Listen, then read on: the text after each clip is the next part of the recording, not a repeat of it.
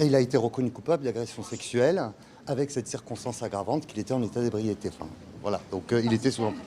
Donc moi je ne discute pas de la peine. C'est pas mon rôle de commenter les peines de prison. Étant parfois de l'autre côté de la barre, j'ai pas à me satisfaire d'une peine de prison. En revanche, je me satisfais d'une décision qui, dans son principe, fait avancer la question de la lutte contre les violences sexistes et sexuelles. Et c'est important aussi de noter que, de ce point de vue, je crois qu'on a besoin d'un peu de pédagogie aussi. Qu'on a besoin, à travers ces décisions, d'expliquer quels sont les gestes et actes qui sont considérés comme anodins, mais qui ne le sont pas en réalité, qui sont des agressions sexuelles.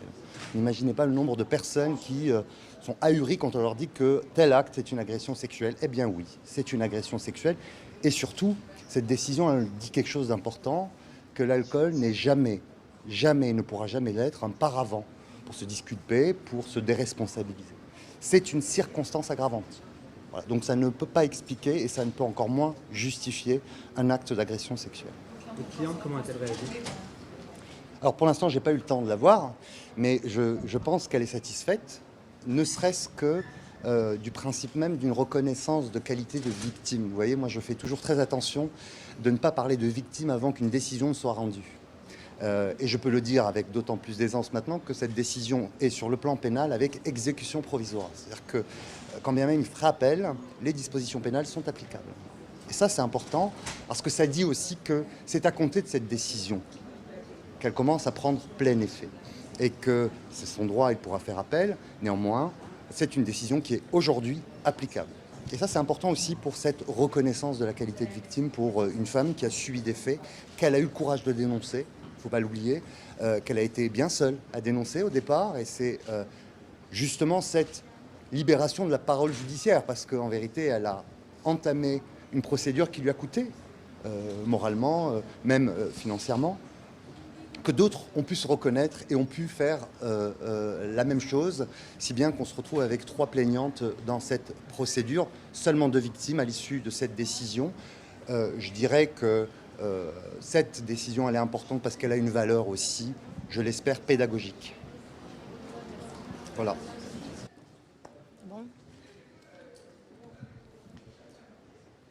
Aujourd'hui, nous sommes donc dans un monde, dans une société où pour un baiser dans le cou et une main posée 2 secondes sur un jean au milieu d'une boîte de nuit, on se retrouve condamné à porter un bracelet électronique pendant une durée de 6 mois.